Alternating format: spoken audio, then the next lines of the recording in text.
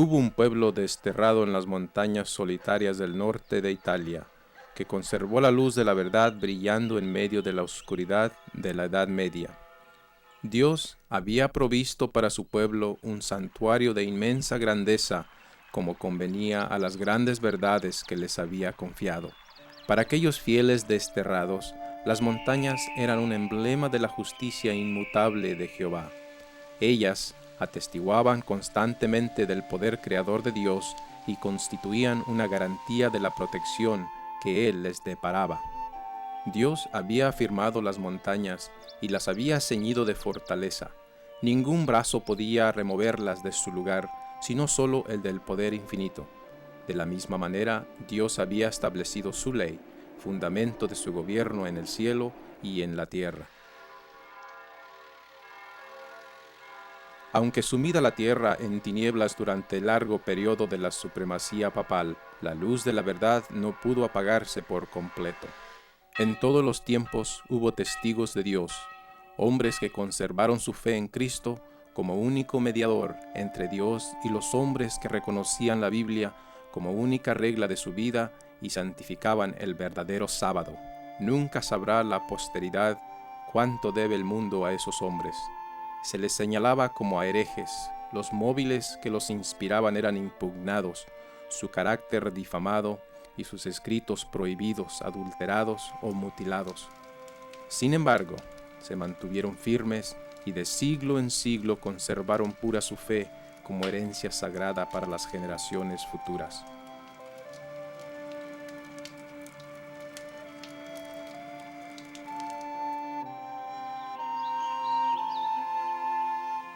Un grupo de estos testigos fieles de Dios fue el pueblo de los valdenses. Su doctrina resaltaba como las majestuosas montañas alrededor y contrastaba notablemente con las doctrinas falsas de Roma. De acuerdo con el sistema verdaderamente cristiano, sostenían su creencia religiosa en la palabra de Dios escrita. Pero esos humildes campesinos en sus oscuros retiros, apartados del mundo y sujetos a penosísimo trabajo diario entre sus rebaños y viñedos, no habían llegado por sí al conocimiento de la verdad que se oponía a los dogmas y herejías de la iglesia apóstata. Su fe no era una fe nueva. Su religión fue transmitida como una herencia de sus antepasados.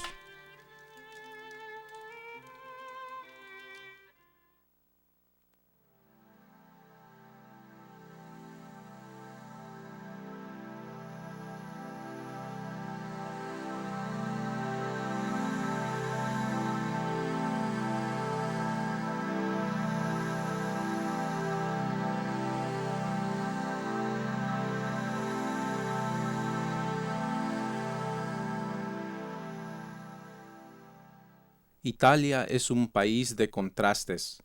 Al norte están las montañas nevadas y las praderas de los Alpes. La tierra del sur goza de un templado clima mediterráneo. Y al centro del país está Roma, sentada como si fuera una reina en medio de los mares.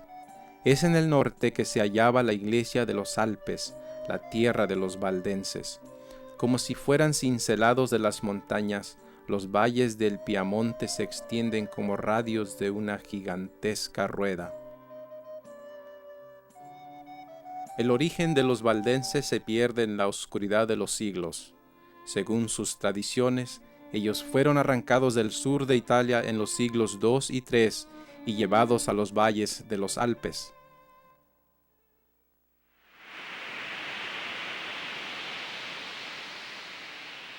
Vayamos al tiempo del cristianismo primitivo de la Roma pagana. Pablo, un anciano de canas, fue llevado a Roma como prisionero. Allí, aunque encadenado a un soldado, Pablo fue permitido testificar por Cristo en su casa alquilada durante 2 años. En medio de 2 años, el Evangelio llegó a la casa imperial de Nerón y a toda Italia.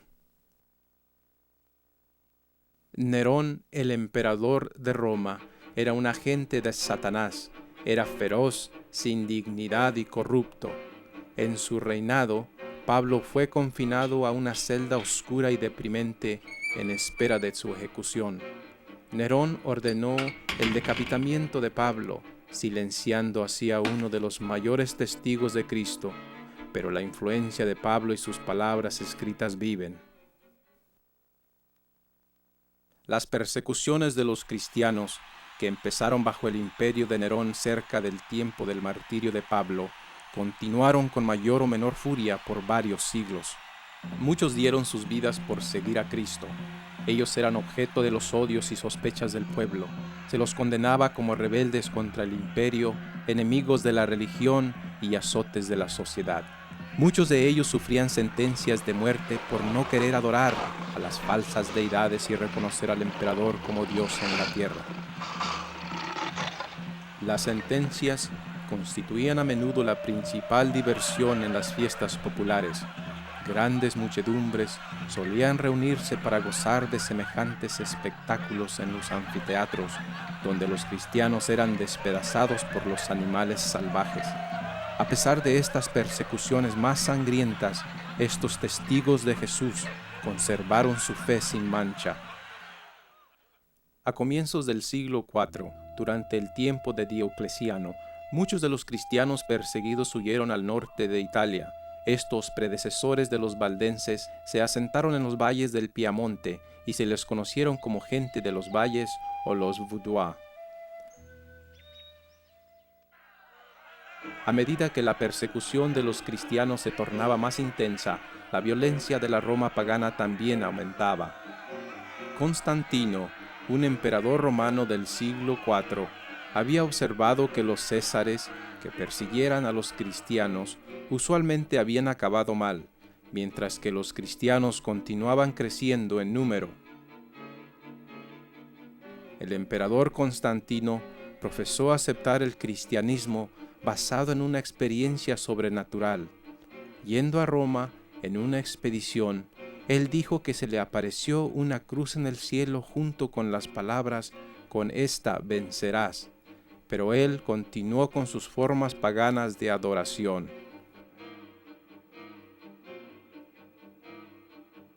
La conversión nominal de Constantino causó gran regocijo, pero en vez de que el mundo se convierta al cristianismo, el mundo entró a la iglesia vestido de formalismo de justicia. El cristianismo y el paganismo estaban unidos ahora.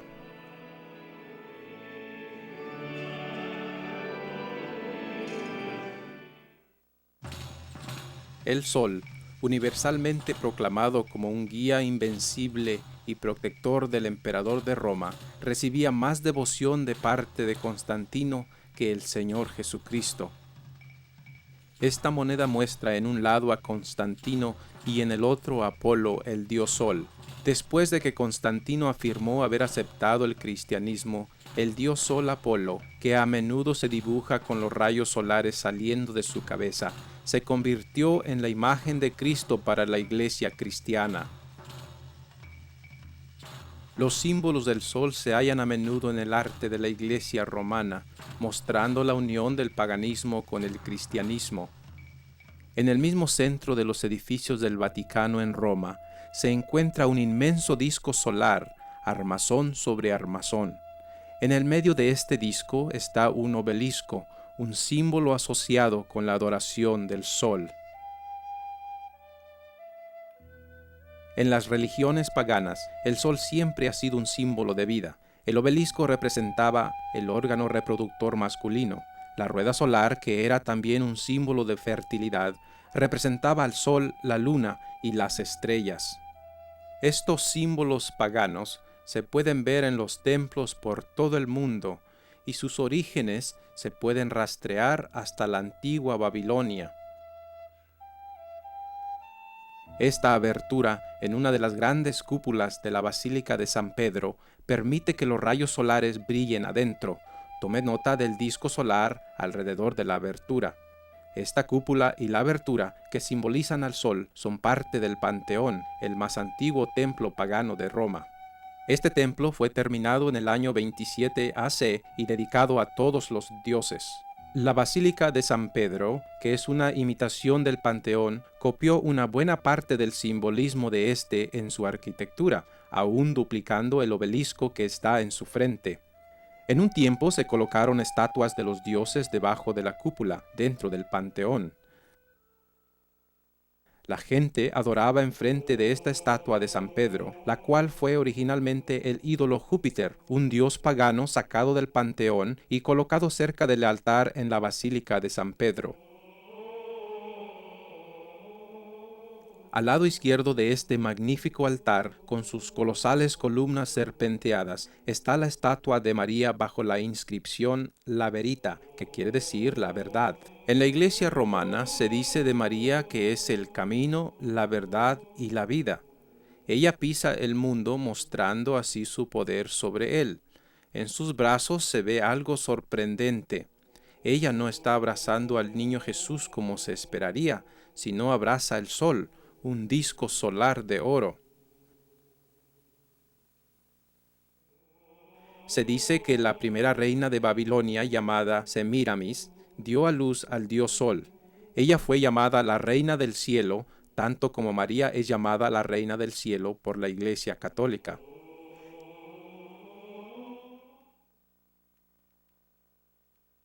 En los primeros siglos, después de la ascensión de Cristo, los fieles seguidores de Jesús observaron la infiltración de la apostasía en la iglesia cristiana. Ellos sintieron la necesidad de apartarse de esta apostasía, ya que se observaba que el Estado y la iglesia unían sus fuerzas para imponer prácticas religiosas, las cuales debían ser acatadas por todos, o si no, sufrirían sanciones civiles. En 7 de marzo del año 321, Constantino tomó por primera vez una medida pública imponiendo la observancia del domingo. Este edicto requería que la gente de la ciudad descansase en el día venerable del sol.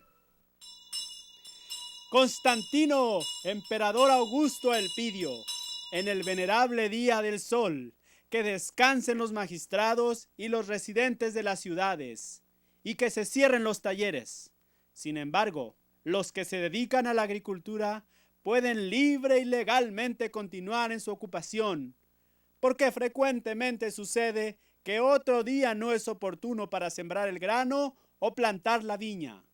No sea que por negligenciar el momento apropiado para tales operaciones se pierda la dádiva del cielo.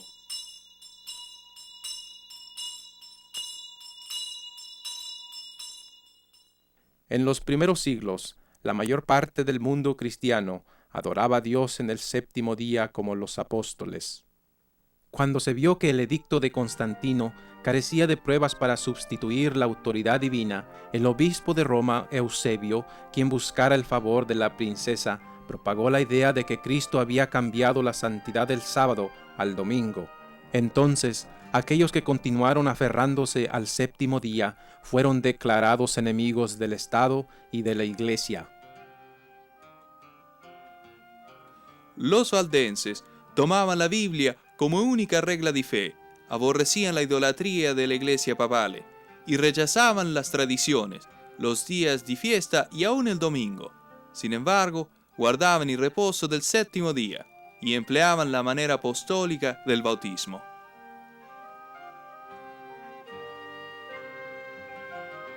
Justiniano ascendió al trono de Constantinopla como el emperador de Roma Oriental en el año 527. Era un político astuto. En un esfuerzo por extender su soberanía por todo el imperio romano, él vio la necesidad de asegurarse la cooperación de la Iglesia Católica, la cual estaba muy organizada a este tiempo. En el año 538, una nueva orden de papas comenzó con Vigilio. Ahora, los papas no estaban limitados solo a la Iglesia, sino pasaban a tener poderes sobre el Estado. Justiniano había otorgado al obispo de Roma la facultad de ser la cabeza de todos los obispos y el verdadero y efectivo disciplinador de los herejes. Así, el papado quedara establecido firmemente para el siglo VI. Su asiento del poderío había sido establecido en la ciudad imperial y el obispo romano había sido declarado como la cabeza de la Iglesia toda. El paganismo había cedido al papado. Del 538 al 1798, Europa cayó en la edad del oscurantismo. Las atrocidades cometidas bajo el dominio del papado revelan ser una de las grandes potencias perseguidoras de la historia. Y el dragón le dio su poder y su trono y gran autoridad.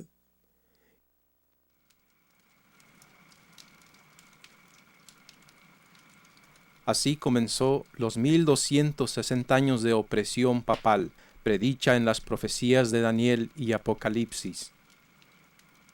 Y hablará palabras contra el Altísimo, y tratará duramente a los santos del Altísimo, y pretenderá cambiar los tiempos y la ley, y serán entregados en su mano hasta un tiempo, y tiempos, y medio tiempo. Y se le dio una boca que hablaba palabras arrogantes y blasfemias, y se le dio autoridad para actuar durante 42 meses. Y abrió su boca en blasfemias contra Dios, para blasfemar de su nombre, de su tabernáculo y de los que moran en el cielo. Y se le permitió hacer guerra contra los santos y vencerlos. También se le dio autoridad sobre toda tribu, pueblo, lengua y nación.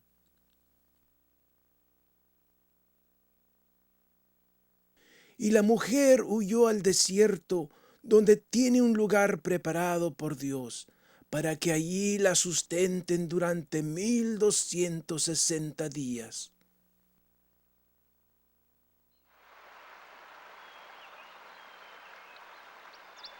Tras los elevados baluartes de sus montañas, encontraron los valdenses seguro escondite. Allí los testigos de la verdad conservaron por 1000 años la antigua fe.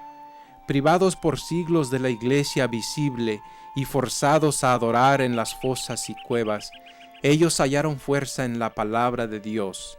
El conocimiento personal de la palabra de Dios era la única luz para ellos. Los ministros valdenses eran educados como misioneros. Su escuela se hallaba en el remoto desfiladero montañoso más inaccesible del Prat del Tor. El estudio era riguroso y extenso, incluyendo los idiomas latín, romano e italiano. Después de varios años de estudio y retiro, se les consagraban a la obra de Dios con imposición de manos. A todo el que deseaba dedicarse al ministerio se le exigía primero que adquiriese experiencia como evangelista. Cada septiembre del año, los barbes o tíos, como se les llamaba a sus pastores, realizaban una reunión general para revisar el trabajo de cada estudiante y para examinar y ordenar a los ministros jóvenes y para escoger los misioneros que visitarían las iglesias distantes de Italia y otros países. Todos debían servir en algún lugar lejano de las misiones por 3 años antes de hacerse cargo de una iglesia local. Este servicio, que desde sus comienzos requería abnegación y sacrificio, era una preparación adecuada para la vida que los pastores llevaban en aquellos tiempos de prueba. Los jóvenes que eran ordenados para el sagrado ministerio no veían en perspectiva ni riquezas ni glorias terrenales, sino una vida de trabajo y peligro y quizá el martirio. Los misioneros salían de 2 en 2 como Jesús se lo mandara a sus discípulos. Casi siempre se asociaba a un joven con un hombre de edad madura y de experiencia, quien era responsable de la educación y a cuya instrucción debía prestar atención el joven. No andaban siempre juntos, pero con frecuencia se reunían para orar y conferenciar, y de este modo se fortalecían uno a otro en la fe. Dar a conocer el objeto de su misión hubiera bastado para asegurar su fracaso, así que ocultaban cuidadosamente su verdadero carácter. Cada ministro sabía algún oficio o profesión, y los misioneros llevaban a cabo su trabajo ocultándose bajo las apariencias de una vocación secular. Generalmente escogían el oficio de un comerciante o buhoneros.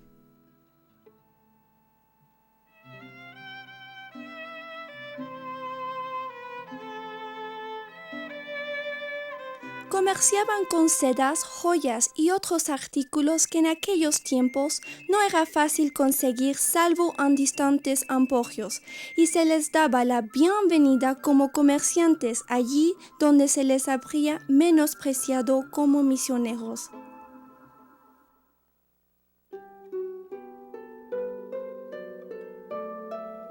Constantemente elevaban su corazón a Dios pidiéndole sabiduría para poder mostrar a las gentes un tesoro más precioso que el oro y que las joyas que vendían. Llevaban siempre escondidos ejemplares de la Biblia entera o porciones de ella, y siempre que se presentaba la oportunidad, llamaban la atención de sus clientes a dichos manuscritos. Con frecuencia despertaban así el interés por la lectura de la palabra de Dios y con gozo dejaban algunas porciones de ella a los que deseaban tenerlas.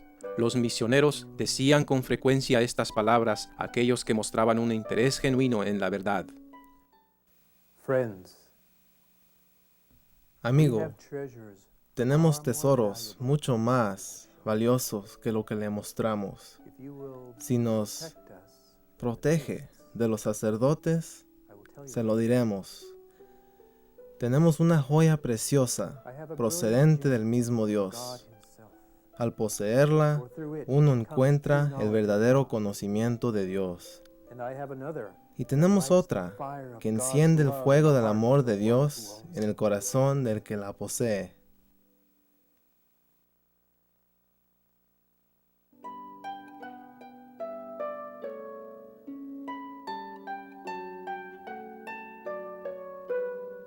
Al finalizar el día, los dos misioneros regresaban a sus posadas y pedían la bendición de Dios sobre el trabajo del día. Estos hombres píos eran grandes practicantes de la oración. Nuestra regla de conducta será el hacer la obra de Jesús. Si le confesamos en la tierra, Él nos confesará en el cielo. Y si le negamos en la tierra, Él nos negará en el cielo. Preferimos ser rechazados por el papado que por nuestro Salvador. Había ocasiones cuando eran descubiertos y echados en prisiones lúgubres, donde sufrían gran agonía por la palabra de Dios y por el testimonio que daban. Muchos eran torturados y estirados sobre una horrible ranfla. Fue entonces cuando los valdenses clamaban las promesas de Dios. Conservaron la fe pura a pesar de la tortura, el frío, la destitución y pérdida de vida en los Alpes. Se negaron a abandonar la Biblia, a confesarse a los sacerdotes, a recibir la hostia y creer que sea el cuerpo de Jesús, o a reconocer al pontífice de Roma como el vicario de Cristo.